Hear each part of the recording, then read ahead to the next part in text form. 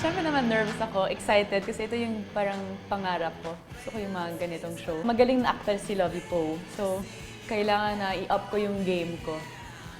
Kaso lang, medyo shy si Lovie pagdating sa mga ganito na dapat maging sira ulo yung itsura niya.